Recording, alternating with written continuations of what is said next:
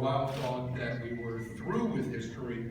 History is back with a bit of a vengeance, and therefore it is important to look again, take the lessons of history about geography, geostrategy, and the importance of military power as a stabilizing force in an uncertain time. We're living in a time when the Middle East is increasingly afire. The war with ISIS or Islamic terrorism is expanding and intensifying. Russia has returned to the region as a military power, and the flow of migrants to Europe from this region shows no sign of declining. The Eastern Mediterranean is at the center of what can only be called a gigantic geopolitical and strategic struggle, whose outcome has yet to be determined. It matters, therefore, what the US does, what NATO does, and what individual countries in the region do. And in addition, how they respond to the crises collectively, what they bring to, if you will, the table individually. And that is where Greece and Souda are so important. As the Eastern Mediterranean becomes really the focal point for a whole series of struggles and crises across really the entire North African littoral and all the way through the Middle East as far over as Iraq and even Iran and Afghanistan. The role of Greece, the role of Crete, the role of Souda are increasingly important.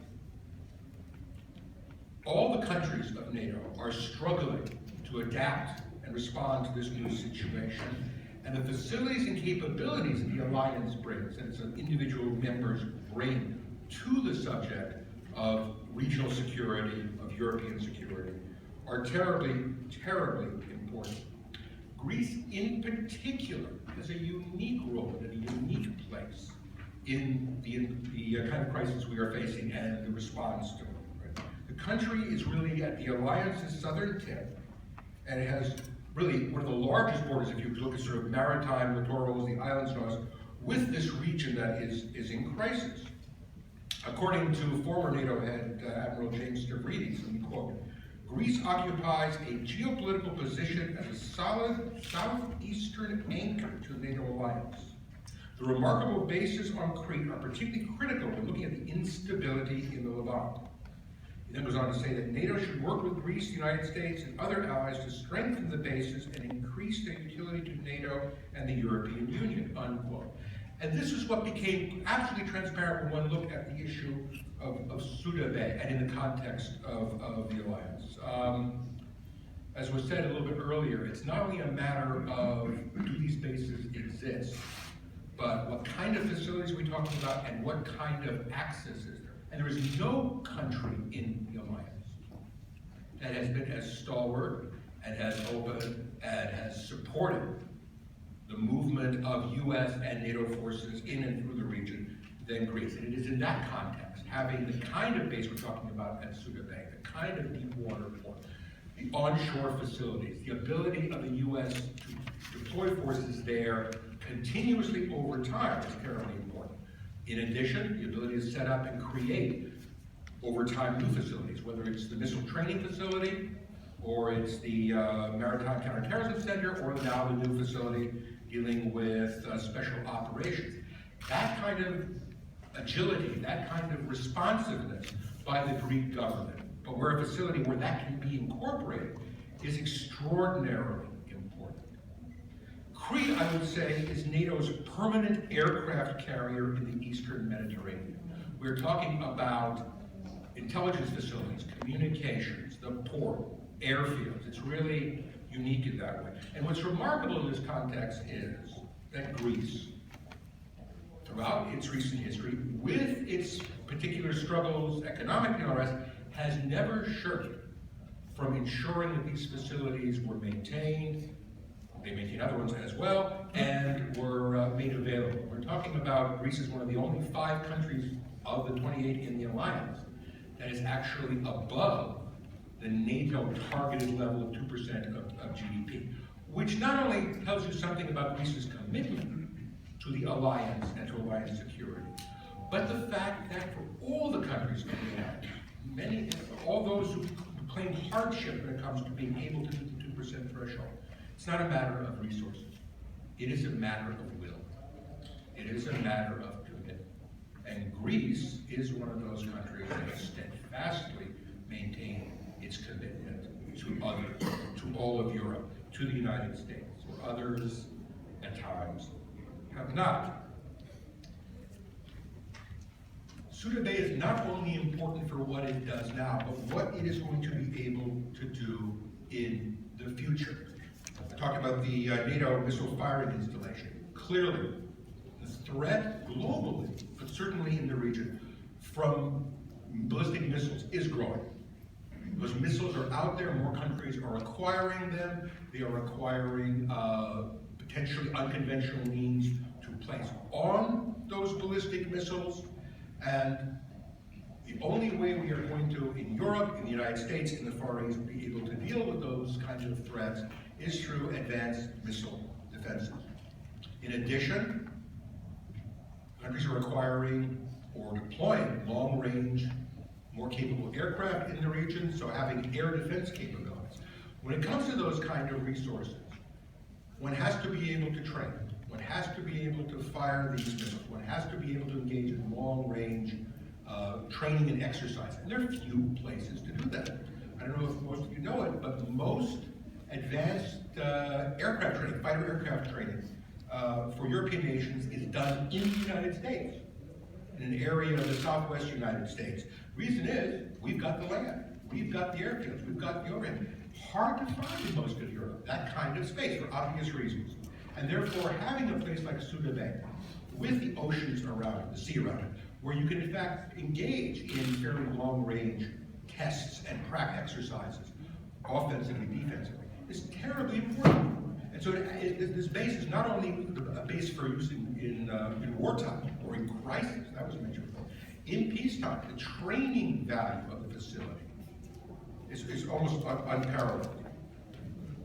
I would go one other step and say, in thinking about the future, one ought to think now, we in the United States ought to be thinking about, so those of you involved from the various committees or parts of government, about the possibility of forward stationing U.S. forces at Souda Bay.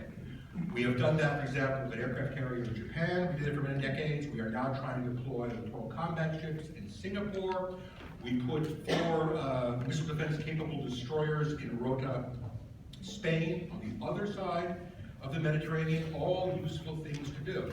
But there's a tremendous value in having, not only in the base as a resupply, as a place of contact and all the rest, but as a forward site in the future, as the demand arises. For example, the Marine Corps has been putting together special purpose land-air task forces. They used to deploy these on ships, or amphibious warfare ships. They still do. But the demand has been so great, the number of ships has been kept below what is necessary, so the Marines have been now putting together these combinations of land units, tactical aircraft, C-130s, V-22s, helicopters, and deploying them selectively in the Mediterranean region. They had some deployed at Rota. Well, when it begins to think about all the crises, embassy rescue, hostage rescue, crisis response, counter-piracy, counter-terrorism, the ability to deploy those kind of forces and cooperate with Greek forces in the eastern Mediterranean is really without parallel. So one can begin to think for the future, potentially, about the role of Souda Bay as a forward outpost, not only for NATO, certainly it's going to be for the Greek military, but for the US military. For example, one could think about, as the situation demands, long-term deployment of the AWACS, the Airborne Surveillance Platform, or the JSTAR, the Joint Surveillance and Tracking System, which looks at surface targets at Souda Bay. Deploying Global Hawk or other long-range, long-endurance, unmanned aerial vehicles in that region where they can reach out literally as far as the Persian Gulf, way down to the heart of Africa, would be extraordinarily valuable. And then there's the possibility of missile defense deployments, missile defense ships in that harbor would be useful for defending NATO's southern flank, along with the phase adaptive architecture of defenses that is going on going to be deployed on the European continent. One of the things that the US can consider is sending an official user national request for access to, continual access, expanded access to the NAMFI facility at Souda Bay.